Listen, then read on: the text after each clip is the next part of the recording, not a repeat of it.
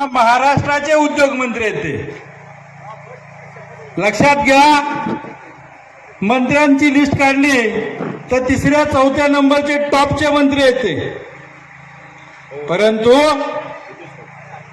माझ्या शिवसैनिक खंबीरपणे लढत आहेत म्हणून फक्त म्हणले अंकुशराव आम्ही 5 मिनिटं का होईना येणार आणि शिवसेनेचे नेते कसे असतात आणि शिवसैनिक कसे असतात त्यांनी दाखवून दिलं. फक्त 5 मिनिटासाठी का होईना पण आले. तसं पाहिलं तर काल आम्ही गर्दी पाहिली, आमची गर्दी आणि त्यांची गर्दी सेमच आहे.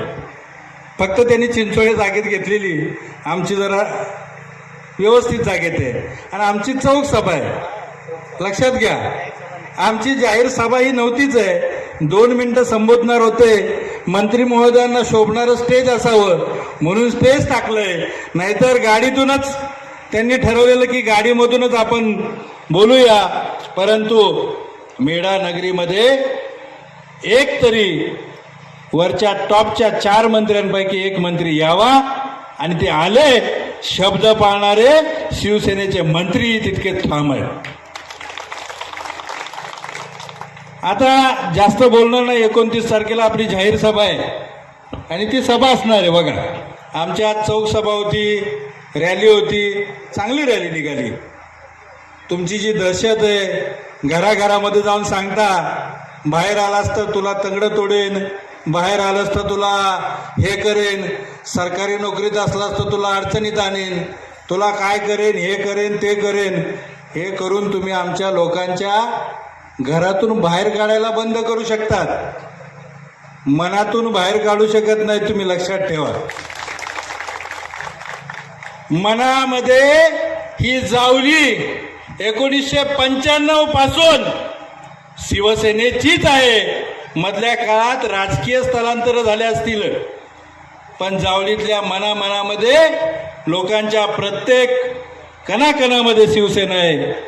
तुम्हाला रिझल्ट दाखवेल. रिझल्ट तुम्ही म्हणाल कसं होणार, मंत्री आमदार इथं येऊन ठाम मांडून 4-4, 5-5 दिवस राहतात. दादा, संदीप दादा, ज्या दिवशी 5 दिवस इथं मंत्री, किती 250 मताचं वोटिंग आहे आमच्या लोकांचं, 5 दिवस ठाम मांडून राहायला लागतं. ही तुमच्या सगळ्यांची ताकद आहे. बघा, 5 दिवस ठाम मांडून राहायला लागतं. आणि राहिली प्रसिद्ध, मला तुमच्यावर खूप बोलायचं आहे, परंतु आज बोलत असताना 2-3 मुद्देच फक्त घेतो. कालच्या भाषणाच्या अनुषंगाने उद्योगमंत्र्यांना सांगितलंय आम्ही, तुम्ही चंदगड बघा, चंदगड कोल्हापूरच्या एकदम टोकावरती आहे. आपल्यापेक्षा एक खतरनाक तिकडे दऱ्याखोर आहेत, तिथे MIDC आहे. यांच्या महाडमध्ये MIDC आहे, रत्नागिरीमध्ये MIDC आहे. आणि काल आमचे सन्माननीय बोलत होते की आमची इथले एक तर अल्पधारक भूधारक सगळे शेतकरी आहेत आणि त्या शेतकऱ्यांना उगाच इंडस्ट्री आणून कुठं त्यांचा पूर्ण उद्ध्वस्त करता. तुम्हाला एकच सांगतो, साताऱ्यामध्ये आमच्या महाराष्ट्रातली पहिली MIDC होती. खंडण्या मागून मागून त्या ठिकाणी ती MIDC संपली. 2 कंपन्या राहिल्यात.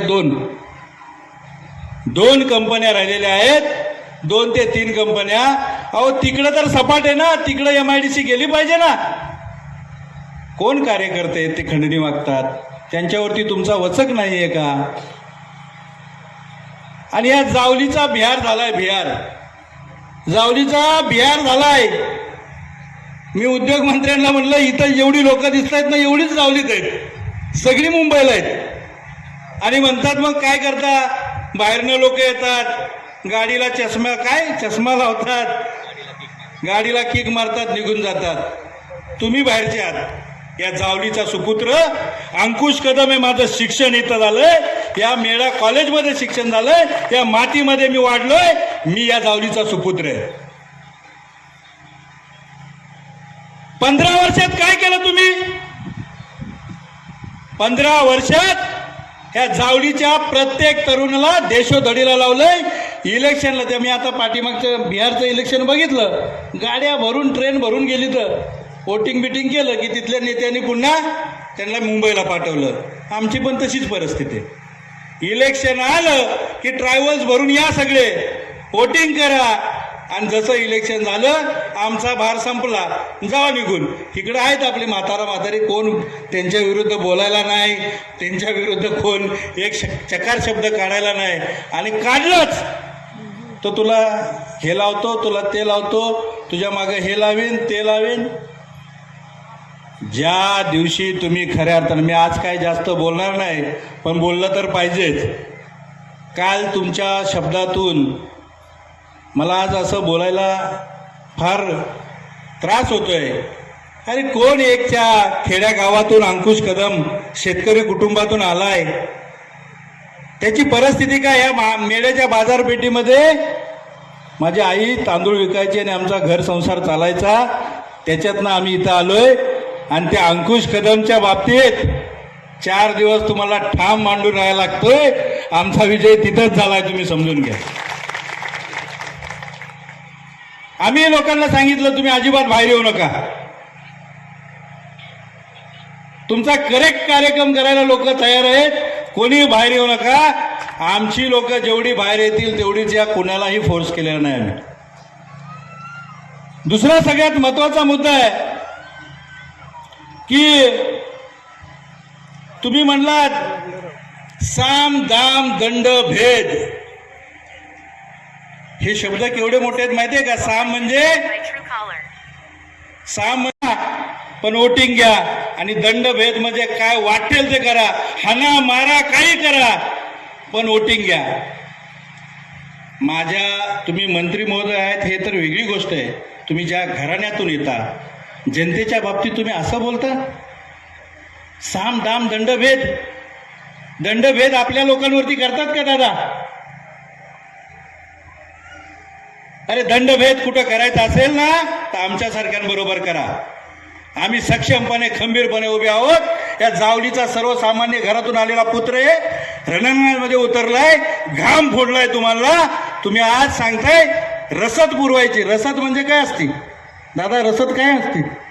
एकनाथ दादा, रसद म्हणजे काय असते मला समजलं पाहिजे.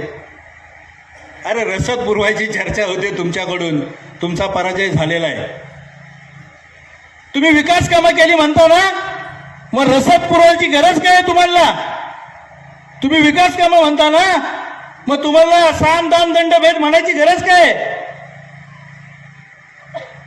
आणि तुमच्या विकास कामामध्ये काय दम आहे आम्हाला माहिती आहे. 2 पोसून ठेवलेत, त्या डुप्लिकेट गडावरती एक जण आहे, आणि इकडं दऱ्या खोऱ्यामध्ये कॉन्ट्रॅक्ट घेऊन लोकांची सगळी वसुली करायला एक जण ठेवलेला आहे. महाराज, आम्हाला तुम्हाला खरं सांगायचं आहे, तुमच्याबद्दल अजिबात आदर आहे, रिस्पेक्ट आहे, आणि तो कायम राहणार आहे. पण तुम्ही घाबरवायचा प्रयत्न कोणाला करू नका. आणि अंकुश कदम आणि या सगळ्यांना, हे छत्रपतींचं ज्या दिवशी एकनाथ शिंदेचं नाव त्यांनी कपाळावर करलंय ना, इथल्या सगळ्यांनी भीती वगैरे सगळं संपलेलं आहे त्यांचं. आज अशी परिस्थिती आहे, मेढ्या नगरातली जेवढी कामं झालीत ना, तो एक कॉन्ट्रॅक्टर येतो बाहेरचा आणि तो सगळी कामं करतो. टक्केवारी त्या कामांची मला वाटते कोणतरी एक पवार बिवार म्हणून आहे आपला, त्यांनी मला दाखवलं काय आहे कामाची परिस्थिती. त्या कामामध्ये जे 1 कोटीचं काम आहे 50 लाखात उरकायचं, 50 लाख खायचं, अर्धे इकडं अर्धे तिकडं अशा पद्धतीनं, आणि त्या 50 लाखामध्ये पुन्हा म्हणायचं आम्ही रसद पुरवतो. म्हणजे बघा यांची चेंज झाले, कामं पण यांनीच करायची, मलिदा पण यांनीच खायचा, आणि मग इलेक्शनमध्ये पुन्हा वाटायला त्यांनी इथे यायचं. आणि असं असताना तुम्हाला एकच गोष्ट सांगतो, आम्ही असं डुप्लिकेट गोष्टी बोलत नाही. डुप्लिकेट वाढदिवस पण अजिबात करत नाही आम्ही. डुप्लिकेट वाढदिवस तर अजिबात करत नाही आम्ही. 64चा माणूस 61 करतोय, काय नक्की मनात आहे काय कळत नाही बाबा. अरे असे उद्योग कोण करतो सांगा ना मला. असे उद्योग कोण करतं? मी तुम्हाला जाहीरपणे सांगतोय बघा, पत्रकार बांधवांनो, आमच्या निलमताई आहेत आणि या सगळे लोक आहेत, जवळजवळ या नगरसेवकांनी प्रयत्न करून आणलेले निधी आहेत, कोट्यावधीचे निधी आहेत, कोट्यावधीचे. किती? अरे नगरसेवक जर आमचे एवढे सक्षम असतील तर आमचे नेते किती सक्षम असतील. आणि आमचा नगराध्यक्ष ज्या दिवशी बसेल त्या दिवशी तुम्हाला सांगतो, विकासाचा रोडमॅप तर आम्ही केलेलाच आहे. विजन मेळा, तुम्ही विजन शब्द, आज आमच्या अंकुश कदमने विजन हा शब्द तुम्हाला म्हणायला लावला, प्रवृत्त करायला लावला तुम्हाला विजन शब्द. नाही तर विजन ह्या जावलीसाठी काहीच नाही हो. आणि तुम्ही सांगता की आम्ही विकास केला, विकास केला, विकास केला. विकास या मेळ्यात फक्त एकाच ठिकाणी झाला, देशपांडेच्या घरी, बाकी कुठं झालेला नाही. तिथं टीव्ही वाटतात, फ्रीज वाटतात, सगळं वाटतात. सगळा मलिदा तिथं यायचा, टक्केवारी घ्यायची आणि तिथं 25,000साठी वाटण्या करायला तिथं बसतात. विकास आम्हाला चांगला माहिती आहे मेढ्याचा कुठे झालाय, काय झालाय. मला एकच सांगायचंय की आम्ही अजून सुरुवातच केली नाही. आम्ही जर का सुरुवात केली तर पळता भुई थोडी झाल्याशिवाय राहणार नाही. दुसरी गोष्ट तुम्हाला सांगतो, जे कॉन्ट्रॅक्टदार आहेत, ठेकेदार आहेत, त्यांना तर अजून सांगतो, तुम्हाला आत्महत्या करायची वेळ येईल. इतके पुरावे आहेत आमच्याकडं, इतकं तुम्ही ह्या जावलीला लुटलंय, इतकं ह्या जावलीला ओरबडलंय तुम्ही. आणि तोच पैसा पुन्हा इथं आणायचा, इलेक्शन मध्ये वाटायचा, निवडणूक लढवायच्या, निवडणूक जिंकून आला की पुन्हा आपण कॉन्ट्रॅक्ट घ्यायचे, पुन्हा कॉन्ट्रॅक्ट घेतली की टक्केवारी घ्यायची आणि त्या टक्केवारीतून पुन्हा हे राजकारण करायचं. आज तुम्हाला सांगतो, ही मेढा नगरपंचायतीचं इलेक्शन 2 तारखेला संपलं. 4, 5, 6, 7 तारखेच्या आतमध्ये जावलीकरांनो उघडा डोळे बघा नीट अशी पदयात्रा चालू करणार आहे. भ्रष्टाचाराचे सगळे पुरावे घेऊन अख्ख्या जावलीमध्ये जिथं रोड आजच बांधलाय, 4 महिन्याने पुन्हा त्याच्यावर डांबर टाकायचं, 50 लाख खायचे. 1 वर्षाच्या आत ज्यांनी डांबर बांधले त्या ठिकाणी, आज बघा तुम्हाला खऱ्या अर्थानं सांगतो, हे सगळे भ्रष्टाचार काढण्याची एक यात्रा निघल, यात्रा. आणि त्या यात्रेचं नेतृत्व सर्वसामान्य जनता करणारे, या जावली तालुक्यातली सर्वसामान्य जनता. काय सांगताय तुम्ही विकासाच्या बाबतीत? आणि ही गावाच्या गावं ओस पडल्या. त्या गावात त्या उदय सामंतांना सांगितलं मी, सामंत साहेब, आमच्या गावामध्ये लोकच राहिले नाही तर इलेक्शनला येतील कुठून? हा गावाच्या गाव, ह्या मेढ्यामध्ये इथलीच आमच्या 12 नंबर मधली कुंभारवाड्यातली काही तरुण भेटले मला. साहेब म्हणले, बाबा आम्हाला दहशत ठेवली जाते, या नदी पात्रात आमचे वीट भट्ट्या आहेत त्या बंद करू. दुसरा आम्हाला आला, त्या ठिकाणी कुठे आहेत आमचे मुकणे साहेब, कुठे आहेत मुकणे साहेब? मुकणे साहेब या महाराष्ट्रातला सर्वसामान्य कातकरी समाजाचा तुम्ही सगळ्यात मोठा नेता झालाय. तुमचं नाव त्यांना घ्यायला लागतं, त्याच्यामुळे तुम्ही सगळ्यात मोठे आहात. किती ताकद आहे बघा शिवसेनेमध्ये. त्यांना नाव घ्यायला लागतं. एक कातकरी समाजाचा नेतृत्व करणारा माणूस, सर्वसामान्य घरातला, घरावरती छप्पर नसणाऱ्या माणसाचं त्यांना भाषणामध्ये नाव घ्यायला लागतं. ह्या माणसाची ताकद काय असेल विचार करा तुम्ही. आणि कोणाच्या बापाला घाबरायचं नाही. अंकुश कदम हे फक्त बोलण्याचं रसायन नाहीये, भल्या भल्यानी बघितलं अंकुश कदमाचं रसायन काय असतं ते. त्यामुळे तुम्ही कोणी घाबरायचं नाही. साम दाम दंड भेद ह्या जावलीच्या आता बाहेर गेला, कारण या जावलीचा सुपुत्र इथल्या मस्तावलेल्या हत्तींवरती अंकुश ठेवण्यासाठी आलेला आहे. अरे आम्ही इथले ओरिजिनल आहोत. आमची भूमी आहे, ही आमची मातृभूमी आहे. कधी आपलेपणाने तुम्ही या लोकांचा विचार केला नाही, म्हणून आम्हाला आपलेपणाने विचार करायची वेळ आलेली आता. काय सांगता तुम्ही दहशत? कुंभाराच्या पोरांना सांगायचं तुम्हाला वीट भट्टे लावून देणार नाही, आमच्या कातकरी समाजाच्या लोकांना सांगायचं तुम्हाला मासे मारून देणार नाही, कोणाला सांगायचं तुझी ग्रॅज्युएटी होऊन देणार नाही, कोण कामाला असेल. अरे तुम्ही केला काय? 2च बँका आहेत आमच्या, एक DCC बँक, जावली बँक. आता त्या जावली बँकेमध्ये कामावर लावण्याचा रेट किती आहे? 5 लाख 10 लाख आहे ना? हा 14 लाखापर्यंत. अरे दलाली करून खाणारे तुम्ही लोक. आमच्या गोरगरिबांचे आमच्याच बँका आहेत हा त्या. DCC बँक इथल्या फक्त पुढाऱ्यांची पोरं लावली जातात. ठराविक पुढाऱ्यांची पोरं लावण्याचं रसायन म्हणजे DCC बँक आहे. आणि काय डांगडिंग केलंस की तुला पाठवला फलटणला. तू काय इथं जर काय उद्योग केलास की तुला पाठवला कराडला. अरे दहशतीचे सोडून तुम्ही काय करू शकत नाही. आणि मी माझ्या जावलीतल्या सगळ्या मेढ्याकरांच्या सगळ्या बांधवांना सांगतो की दहशत मोडून काढायला लागेल. काल परवा पुन्हा म्हणले की या जावलीची फेररचना होणार आहे, विधानसभेची फेररचना होणार आहे आणि मेढा कसा माझ्या हातात राहील हा बघू आम्ही. ह्या तुम्ही गुलामी करा अजून आयुष्यभर. म्हणजे तुम्ही काय करायचं, मेढ्याची पुनर्रचना आम्ही आमच्याच मतदारसंघामध्ये करेल. म्हणजे त्यांना समजलंय मेढ्याकरांनी आता काय आतापर्यंत कशा पद्धतीनं पिळून खाल्लंय. पुनर्रचना करण्यासाठी नगरविकास खात्याची सगळ्यात मोठी गरज असते एकनाथ दादा. आणि पुनर्रचना करण्यासाठी या जावलीचा सुपुत्र म्हणून एकनाथ शिंदे खंबीर आहेत. या जावलीचा सुपुत्र कोण होते? एकनाथ शिंदे साहेब आहेत. हे महाराष्ट्राचे मुख्यमंत्री झाले. कधी कोणाला धमकावलं नाही त्यांनी, कधीच कोणाला धमकावलं नाही. सर्वसामान्य कुटुंबातल्या सगळ्यांना मदतीचा हात म्हणजे एकनाथ शिंदे साहेब.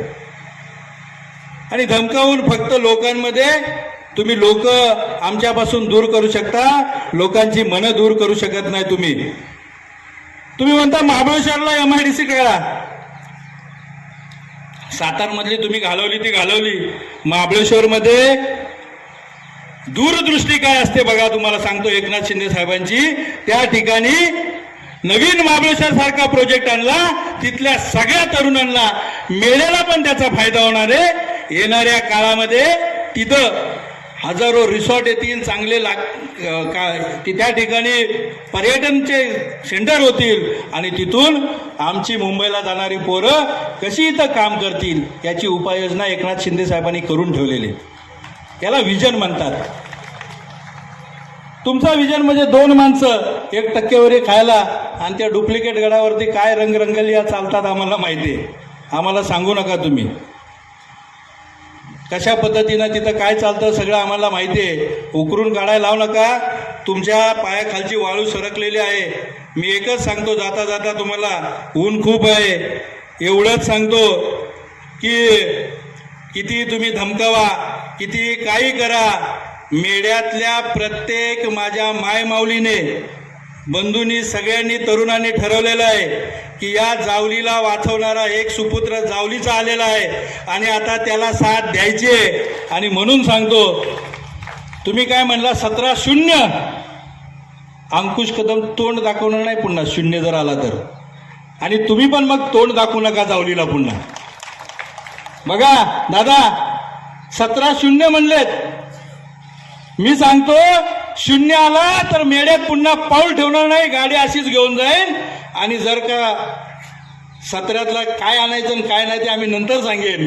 पण 0 जर का आम्ही मोडला तर तुम्ही इथनं इकडे यायचं नाही. आहे का तयारी? अरे काय सांगता, काय वल्गना करता? ही भोळी बाबडी जनता आहे म्हणून तुम्ही काही बोलता.